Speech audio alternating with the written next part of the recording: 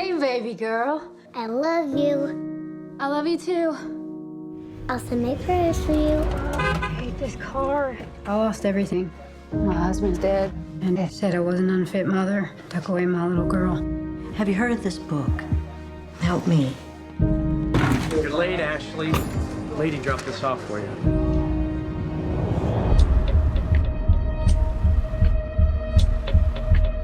When I heard I had a son,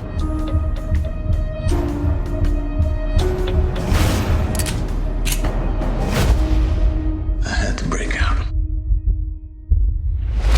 Breaking story right now. Police looking for this man. Murder suspect Brian Nichols. I want eyes in the sky. All choppers up now. Let's flush Nichols out. My name is Ashley Smith. I'm a mother. I don't trust you, Ashley. You scream again, and I will have to kill you.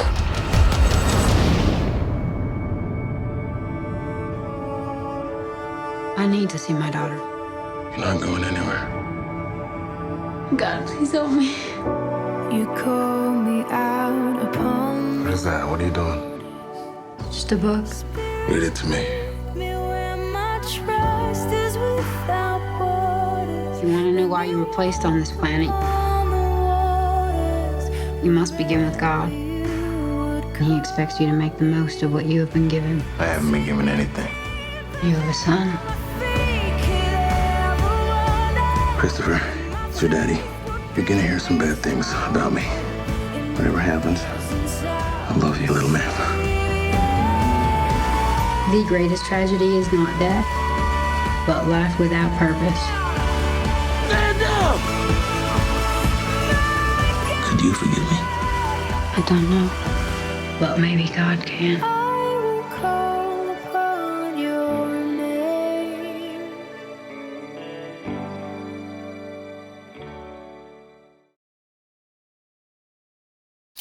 Well, hey, Brian. My name's Chip. I'm a youth worker and volunteer, and I'm actually friends with Brian for years. We actually went to the same high school together Yes, back we in the did. 70s. Yes, we did. So you're actually a hero of mine. Oh, And so I know you, Brian, but some other people might not. You're actually incredibly accomplished. Why don't you just share a little bit about yourself? well, thanks, Chip. Incredibly honored to be with the DYM podcast because you guys, you're big heroes of mine.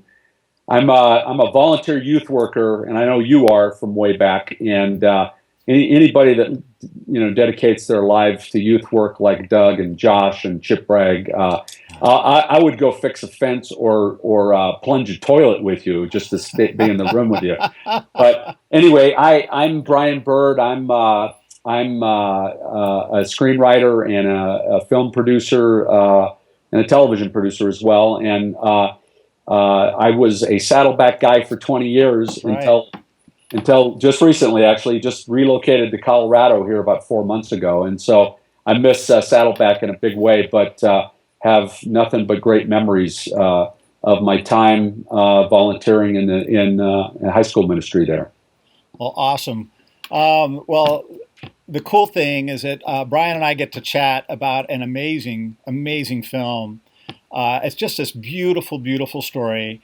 And one of the cool things about Brian is that he really knows the craft of storytelling. So tell us about how you first heard about this story and maybe the process of how you first got together with Paramount and how it became a film. Well, yes, I would love to. This is a true story, and a lot during my 30 years of working in Hollywood as a writer and producer. A lot of what I've done has been based on true stories. I love true stories. I love redemptive true stories. And the reason I like them so much is I think that we all can relate to those characters. I mean, fiction is fine and fun, and but a lot of times to me it feels like eye candy, Yeah. as opposed to some real person lived through that we can kind of relate to. And so, Captive, the film, is that story, and it happened about 10 years ago in Atlanta. Some of the youth workers who listen to the podcast and might even remember this story of the man Brian Nichols who shot up a courthouse in Atlanta and killed 4 people before he escaped into the wind, carjacking one car after another, staying ahead of the cops, staying in hiding for nearly 24 hours. And during that night, when he's on the run, he took a young woman hostage in her apartment. He had 3 guns. He had a police radio so that he could stay ahead of the cops. And he took this young woman hostage in her apartment, tied her up. She didn't know whether she was going to live or die. And Ashley Smith is her name, and she ended up witnessing to this killer, and getting him to give up. And she actually read to him from Rick Warren's Purpose Driven Life book, and it's a absolutely gripping, true, chilling. It's a thriller, right? It's a thriller that has this incredible redemptive, ending. And the thing that a lot of people don't remember about this story is that Ashley Smith was no church lady. Yeah. She was a meth head. Ashley Smith was addicted to crystal meth, which is one of the worst drugs in the world to kick. 95% recidivism rate. Almost nobody can actually kick crystal meth. And that night, she got clean and sober, and she's been clean and sober ever since that night. And so when I read the book about this incident in Atlanta all those years ago, the log line, the tagline that jumped out to me is that it took a killer to save Ashley's life. Wow. And it took a drug addict with no more chances to save Brian Nichols' life. And this is a story about 2 very damaged, broken people thrown into the midst of a crucible, which neither one of them chose to have, and they saved each other's lives. And no one is excusing what Brian Nichols did, but Ashley Smith absolutely kept him from going out in a blaze of glory, because she had the presence of mind to speak to him even about God, about the purpose-driven life, even though she had no right to. Right? She's a sinner of the worst sort herself. She had lost her child, the custody of her child. Her husband had died himself. Her husband was murdered in a drug deal 3 years earlier. So she had gone into a tailspin of deep brokenness and drug abuse. And yet that's in those dark corners of the world is where I believe God's grace shines brightest and is most effective.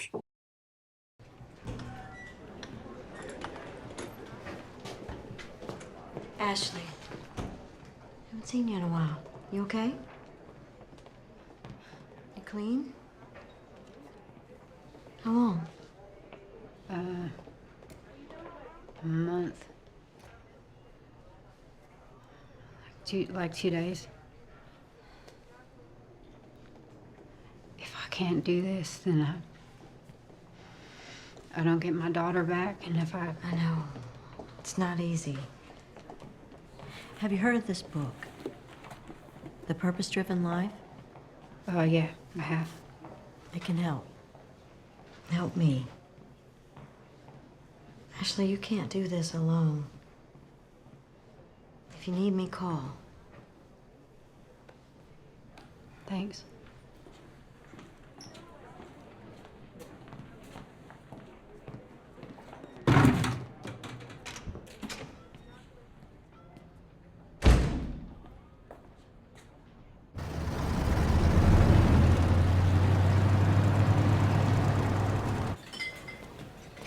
You're late, Ashley. 3rd time this week. Next time I'll have to take away your 5% discount on dinners for a month. Oh, Randy, you wouldn't do that to me. You'd break my heart. Oh, hold on. Lady dropped this off for you.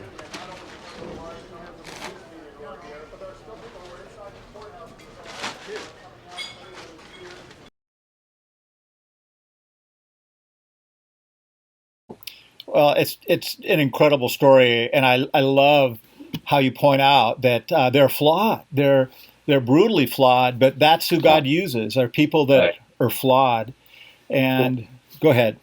Well, I was going to say, last time I checked, that includes all of us. Yes, yes, Now, yes. now we're not all murderers or we're not all meth heads, right? However, we all need a second chance, and this is a movie about second chances, and it's absolutely a movie that anybody can see. It's a little rough for somebody that might be under 13 years old, but I would encourage young people to see this, parents, even senior citizens, because everybody needs a second chance in this world. And this is a movie that absolutely lays that out there in very tough circumstances, and it's very honest and real and raw.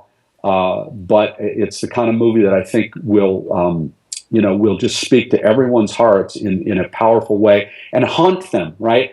My goal as a screenwriter is not to pound you over the head with the Bible, I want to stir up cravings in you as an audience member so that you get into a conversation with your neighbor and a real flesh and blood conversation, and so that the two of you can talk about Jesus, right?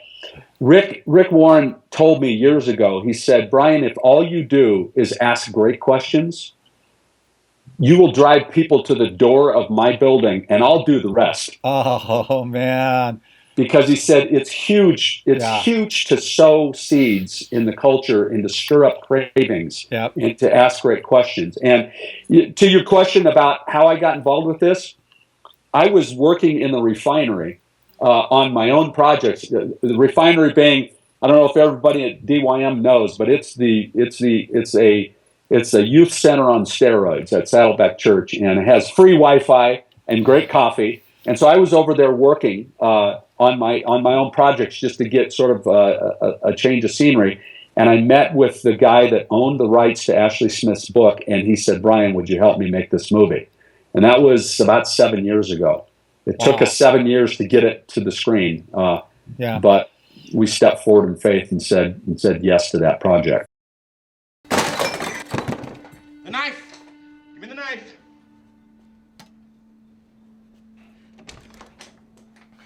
Talk, right?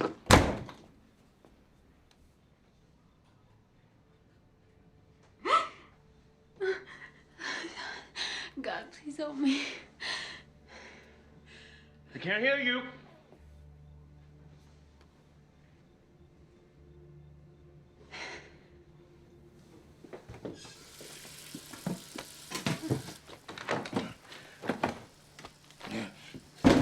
Ashley, I can't hear you.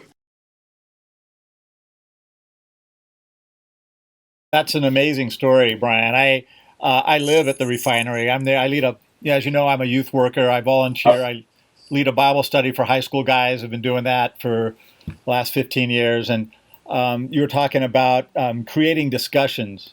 I cannot wait to take my life group guys to come see this film.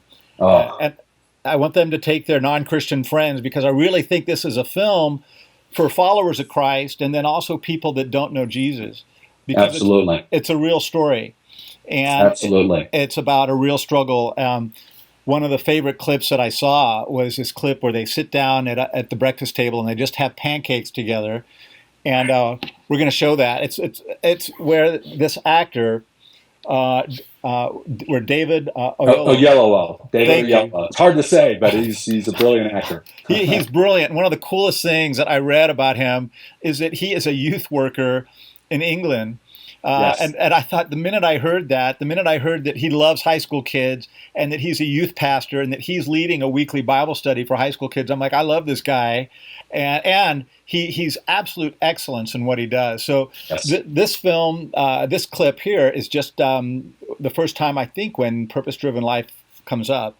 So it's actually the second time, but it's the real it's the most powerful aspect of that epiphany that takes place between those two actors, and those two Brian Nichols and Ashley Smith, those two real people. Okay, here we go.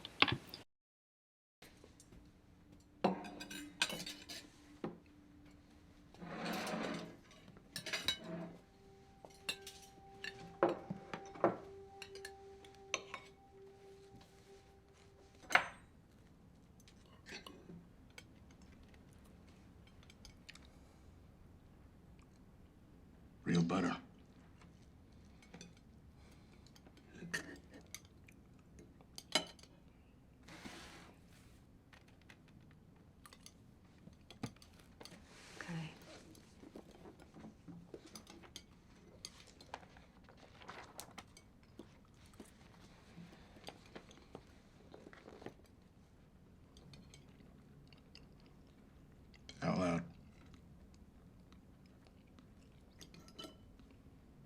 God deserves your best.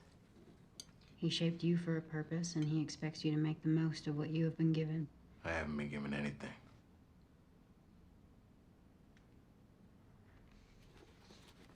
You have a son. I'm never gonna see him again, am I? If you stop what you're doing and give yourself up, maybe you will.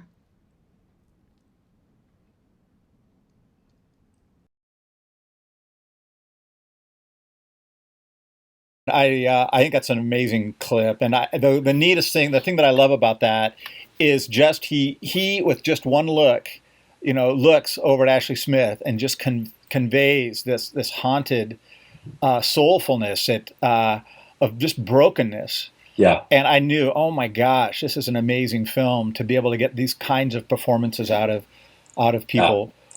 Yeah, the two actors. I mean, I couldn't be more thrilled that we got actual real movie stars in our faith-based movie, and as you said before the clip, David Oyelowo is a sold-out believer for 20 years. I mean, he's British. He's of Nigerian descent. He was raised in Great Britain. Now he's on fire. He's one of the biggest stars in Hollywood. I don't know if you saw the movie Selma, but he played Martin Luther in Selma. And but the beautiful part is that he's just this incredibly sold-out believer who used to be a youth pastor in England, as you said. And so I got introduced to David after I wrote the script by a mutual friend, and they both go to sort of a Hollywood fellowship gathering called Third Tuesday. And it meets at the Writers Guild Theater, and it's fellowship, and it's a message, and it's music and worship. And my friend Marcy Gold, who I worked with on Touched by an Angel, got to be good friends with David and his wife. And she said, could I share Captive with David? Now, this has been about 3 years ago now.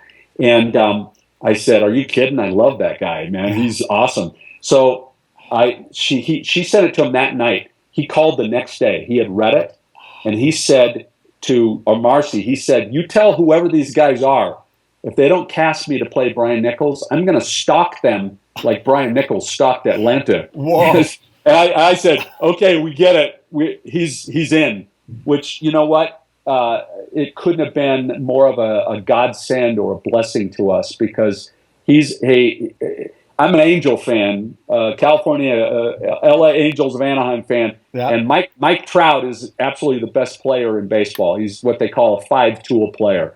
David Oyelowo is the Mike Trout of movies. I mean, he is a five-tool player, and not only that, he has a heart for Jesus and a heart for kids. So to me, every youth worker in America should be getting their kids to go watch David Oyelowo play a murderer, because. Amen. They're going to get a life lesson, and they're getting an opportunity to learn about second chances and learn about that we all have a reason for being here. Even a killer has a reason for an existence, right? Yep. And God is not done with that man yet, right? Yeah, that's an amazing point, and that's my hope, is that when people come to see this, that they realize, like you said, everybody deserves a second chance, no matter where you are. Sometimes people want to give up, or they think they're beyond the hope of God, or beyond the reach of God's power. And so it's a powerful message. There's nobody beyond God's love. There's nothing that anybody can do that to make God love them less or more. And only God can reach people at, there's a point of sorrow and a point of grief in someone's life that only God can go, right? Yep. And he will, but he needs flesh and blood people to introduce the opportunity. Oh, that's such a great point, Brian. So you were talking about Mike Trout and absolute excellence in acting. So one of the amazing things about this film is it really is absolute excellent in the art and craft of filmmaking, and so many of the films that have been made to reach the Christian community. I don't feel have had the type of excellence that's exhibited here. So as a believer, how do you express your faith in your craft in filmmaking? Well, I love that question, because it's what my life call is about. God We are made in the image of the author of the universe. Think about that. Every one of us, believer, unbeliever, every human being is made in the image of God, the author of all things. We all have a tiny strand of that creative spiritual DNA in us, right? Yep. And God expects us to be the Michelangelo of that little sliver of DNA. Oh, wow. What's the one thing that you're supposed to do? What's the one thing that I'm supposed to do that God has gifted me in? And I love talking about this because there's so many young people out there who have that strand of DNA. And I'm not talking about, we're not gods. I'm not saying that. I'm saying that we're made in the image of the author of the universe. So we have a tiny strand of that creativity, right, in us. And young people in this world need an adult champion to step into their lives to say, you could be good at this. You should do this for a living, right? Our parents, God bless them, they just love everything we do. Yeah.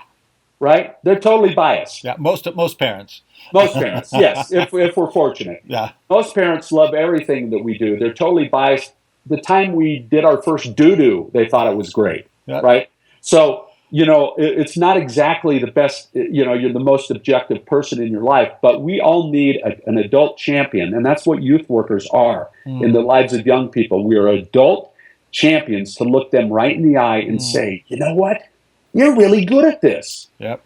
You need to do this in your life. You need to pursue this. You need to become the Michelangelo of that one thing, right? Whatever it is. And, whether it's the arts or whatever it is. And so I love talking about this because God is the author of the universe. When God designed the temple in the Old Testament, he designed it himself, and it was beautiful. It was designed and built in such a way that when you would walk into that temple, you would fall to your knees in awe of the majesty of God. That's how much he cares about creativity. That's how much he cares. Yeah. And we look around us and he painted this entire universe for us. That's how much he cares about creativity. Well, who are we to play small ball? Yeah. As believers. Yeah. Now, God bless anybody who's doing a film that's trying to reach people for Christ. There's no downside to that. Yeah. But if we can make them excellent also, right, how much more should we be trying to do that? Not for our own glory, but so that our creativity, or people, applauding the creativity that they witness, so that the fingers are pointing up to the master. Amen. Right? So that's my answer on that, because I just think that the good enough principle is not for Christians. Yeah. Right? Wow. Brian, that's amazing. And it's so true. And watching this film, you can see just absolute excellence. And it's something that I am joyfully looking forward to not only bring in my life group guys, but they can bring their friends. And it's an outstanding film, from production values to creativity to storytelling. And I am so looking forward to the conversations I'm going to have with my Bible study guys and with their non-Christian friends. Nice. I can't wait to talk about redemption, about second chances. I think we've got one more clip here we're going to play. But Brian, thank you so much. I'm so thankful for you and your friendship. And you are a blessed man with your family and friends. Well, thanks, Chip. And it's an honor for me to be with the DIM audience. And let me just say one more thing quickly. September 18th, the movie comes out. It'll be in theaters that weekend. Across the nation, Paramount Pictures releasing our movie, our little movie that could. Amen. And weekend one is huge to the process, not to enrich anybody, but I want Paramount to make their money back on this movie, because if they do, they're going to want to do more like this. Great. Right? And so that first weekend is huge to the process. It actually